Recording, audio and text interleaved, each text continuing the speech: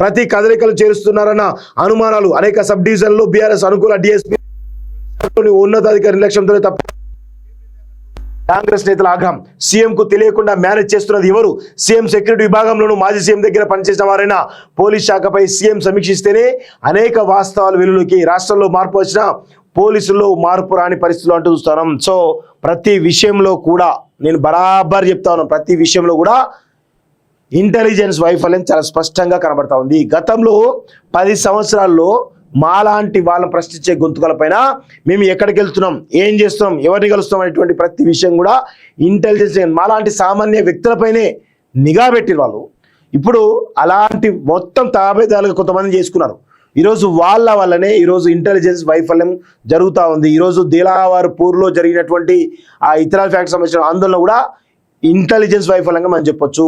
So పూర్తిగా శాంతి భద్రత అనేవి ఈరోజు కొరవడిన తెలంగాణ రాష్ట్రంలో అనేవి చాలా స్పష్టంగా తెలుస్తోంది. ఇప్పటికి కూడా కొంతమంది అధికారులు ఈ తెలంగాణ రాష్ట్రంలో తెలంగాణ అభివృద్ధిని అడ్డుకునేందుకు చేస్తున్న బీఆర్ఎస్ కుట్రలో భాగంగా వీళ్ళు కూడా బీఆర్ఎస్ పార్టీతో కలిసి పనిచేస్తున్న అనుమానాలు చాలా బలంగా కలుగుతా ఉన్న విషయం ఒక్కసారి సీఎం రేవంత్ రెడ్డి దృష్టికి నేనైతే తీసుకురావాలని చెప్పేసి కోరుకుంటా ఉన్నాను. ఆ విధంగా మీరు చేయాలి. ప్రభుత్వానికి ఆయుపాటుగా భావించే ఇంటెలిజెన్స్ విభాగంలో లీక్ వీరు రాజ్యం వెళ్తున్నారు. ఏకంగా రాష్ట్ర ముఖ్యమంత్రి రేవంత్ రెడ్డి కదలికలతో పాటు కీలకమైనటువంటి సమాచారాన్ని ఇంటెలిజెన్స్ లో పనిచేస్తున్న కొందరు సిఐలు, డిఎస్పీలు, ఆపై అధికారులు బీఆర్ఎస్ కీలక నేతలకు ఎప్పటికప్పుడు చేరవేస్తున్నారు. ఇలా సమాచారం చేరవేస్తున్న వారంతా గతంలో బీఆర్ఎస్ కీలక నేతల ఆశీస్సులతో ఫోకల్ పోస్టింగ్లు పొందిన వారే. బీఆర్ఎస్ కోటరీ బ్యాచ్గా గుర్తింపు తెచ్చుకున్న సిఐలు, ఏసీపీలను పోలీసు ఉన్నతాధికారులు ఇంటెలిజెన్స్ విభాగంలో కొనసాగించడంపై ఆరోపణలు వెలువెత్తున్నాయి.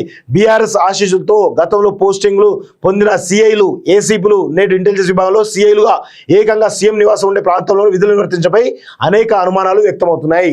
అయితే సిఐ శాంతి కుమారి వీళ్ళందరూ కూడా గతంలో అపాయింట్ అయిన వాళ్ళే.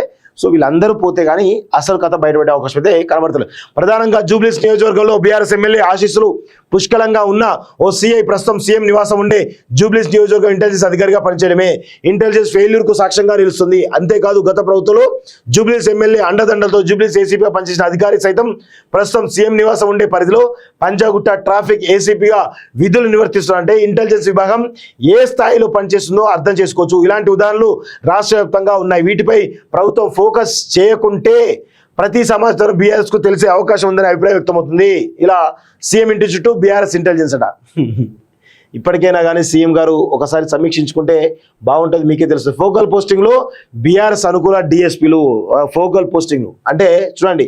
ఇక రాష్ట్రంలో అనేక సబ్ డివిజన్ల విషయానికి వస్తే గత ప్రభుత్వానికి ఊడియం చేసిన కొందరు డిఎస్పీలు నేటికి ఫోకల్ పోస్టింగ్లో డిఎస్పీలుగా కొనసాగుతున్నారు.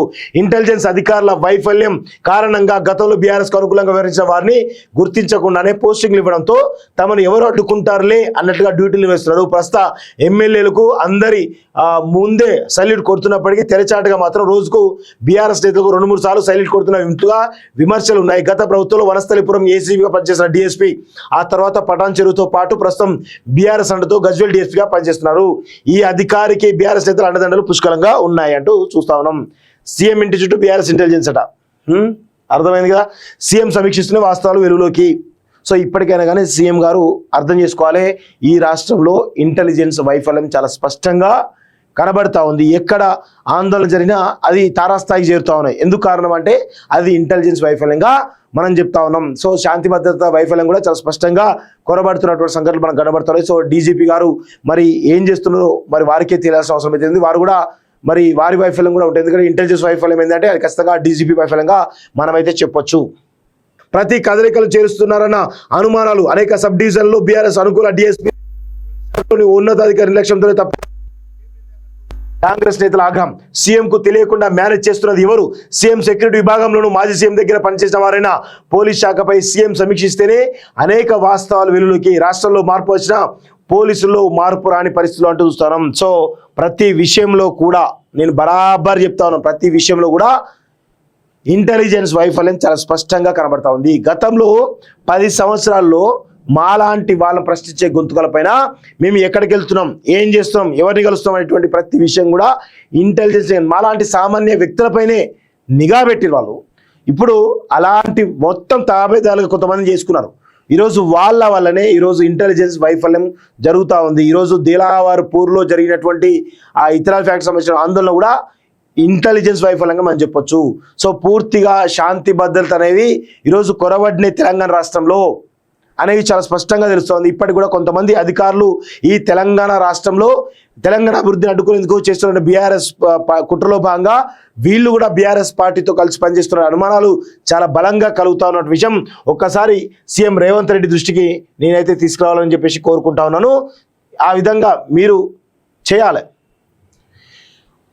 ప్రభుత్వానికి ఆయుపాటుగా భావించే ఇంటెలిజెన్స్ విభాగంలో లీక్ వీరులు రాజ్యం వెళ్తున్నారు. ఏకంగా రాష్ట్ర ముఖ్యమంత్రి రేవంత్ రెడ్డి కదలికలతో పాటు కీలకమైనటువంటి సమాచారాన్ని ఇంటెలిజెన్స్ లో పనిచేస్తున్న కొందరు సిఐలు, డిఎస్పీలు, ఆపై అధికారులు బీఆర్ఎస్ కీలక నేతలకు ఎప్పటికప్పుడు చేరవేస్తున్నారు. ఇలా సమాచారం చేరవేస్తున్న వారంతా గతంలో బీఆర్ఎస్ కీలక నేతల ఆశీస్సులతో ఫోకల్ పోస్టింగ్లు పొందిన వారే.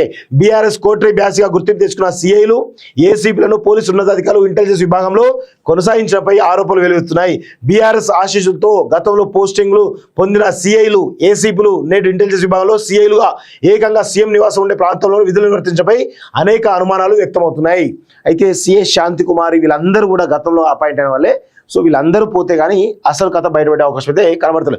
ప్రధానంగా జూబ్లీస్ నియోజకవర్గంలో బీఆర్ఎస్ ఎమ్మెల్యే ఆశీస్సులు పుష్కలంగా ఉన్న ఓ సిఐ ప్రస్తుతం సీఎం నివాసం ఉండే జూబ్లీస్ నియోజకవర్గం ఇంటెలిజెన్స్ అధికారిగా పనిచేయడమే ఇంటెలిజెన్స్ ఫెయిల్యూర్ కు సాక్ష్యంగా నిలుస్తుంది. అంతేకాదు గత ప్రభుత్వంలో జూబ్లీస్ ఎమ్మెల్యే అండదండలతో జూబ్లీస్ ఏసీపీగా పనిచేసిన అధికారి సైతం ప్రస్తుతం సీఎం నివాసం ఉండే పరిధిలో పంజాగుట్ట ట్రాఫిక్ ఏసీపీగా విధులు నిర్వర్తిస్తున్నారంటే ఇంటెలిజెన్స్ విభాగం ఏ స్థాయిలో పనిచేస్తుందో అర్థం చేసుకోవచ్చు. ఇలాంటి ఉదాహరణలు రాష్ట్ర వ్యాప్తంగా ఉన్నాయి. వీటిపై ప్రభుత్వం ఫోకస్ చేయకుంటే ప్రతి సమాచారం బీఆర్ఎస్ కు తెలిసే అవకాశం ఉందని అభిప్రాయం వ్యక్తమవుతుంది. ఇలా సీఎం ఇంటి చుట్టూ బీఆర్ఎస్ ఇంటెలిజెన్స్ అట. ఇప్పటికైనా కానీ సీఎం గారు ఒకసారి సమీక్షించుకుంటే బాగుంటుంది. మీకే తెలుస్తుంది. ఫోకల్ పోస్టింగ్లో బీఆర్ఎస్ అనుకూల డిఎస్పీలు ఫోకల్ పోస్టింగ్ అంటే చూడండి. ఇక రాష్ట్రంలో అనేక సబ్ డివిజన్ల విషయానికి వస్తే గత ప్రభుత్వానికి ఊడియం చేసిన కొందరు డిఎస్పీలు నేటికి ఫోకల్ పోస్టింగ్లో డిఎస్పీలుగా కొనసాగుతున్నారు. ఇంటెలిజెన్స్ అధికారుల వైఫల్యం కారణంగా గతంలో బీఆర్ఎస్కు అనుకూలంగా వ్యవహరించిన వారిని గుర్తించకుండానే పోస్టింగ్లు ఇవ్వడంతో తమను ఎవరు అడ్డుకుంటారులే అన్నట్లుగా డ్యూటీలు నిర్వహిస్తున్నారు. ప్రస్తుత ఎమ్మెల్యేలకు అందరి ముందే సల్యూట్ కొడుతున్నప్పటికీ తెరచాటుగా మాత్రం రోజుకు బీఆర్ఎస్ నేతలకు 2-3 సార్లు సైలెంట్ కొడుతున్న వింటుగా విమర్శలు ఉన్నాయి. గత ప్రభుత్వంలో వనస్థలిపురం ఏసీబీగా పనిచేసిన డిఎస్పీ ఆ తర్వాత పటాన్ చెరువుతో పాటు ప్రస్తుతం బీఆర్ఎస్ అండతో గజ్వేల్ డిఎస్పీగా పనిచేస్తున్నారు. ఈ అధికారికి బీఆర్ఎస్ నేతల అండదండలు పుష్కలంగా ఉన్నాయి అంటూ చూస్తా ఉన్నాం. సీఎం ఇంటి చుట్టూ బీఆర్ఎస్ ఇంటెలిజెన్స్ అట. అర్థమైంది కదా. సీఎం సమీక్షిస్తున్న వాస్తవాలు వెలుగులోకి. సో ఇప్పటికైనా కానీ సీఎం గారు అర్థం చేసుకోవాలి. ఈ రాష్ట్రంలో ఇంటెలిజెన్స్ వైఫల్యం చాలా స్పష్టంగా కనబడతా ఉంది. ఎక్కడ ఆందోళన జరిగినా అది తారాస్థాయికి చేరుతా ఉన్నాయి. ఎందుకు కారణం అంటే అది ఇంటెలిజెన్స్ వైఫల్యంగా మనం చెప్తా ఉన్నాం. సో శాంతి భద్రత వైఫల్యం కూడా చాలా స్పష్టంగా కొరబడుతున్నటువంటి సంఘటనలు మనకు కనబడుతున్నాయి. సో డీజీపీ గారు మరి ఏం చేస్తున్నారో మరి వారికే తెలియాల్సిన అవసరం అయితే వారు కూడా మరి వారి వైఫల్యం కూడా ఉంటుంది. ఎందుకంటే ఇంటెలిజెన్స్ వైఫల్యం ఏంటంటే అది ఖచ్చితంగా డీజీపీ వైఫల్యంగా మనమైతే చెప్పొచ్చు.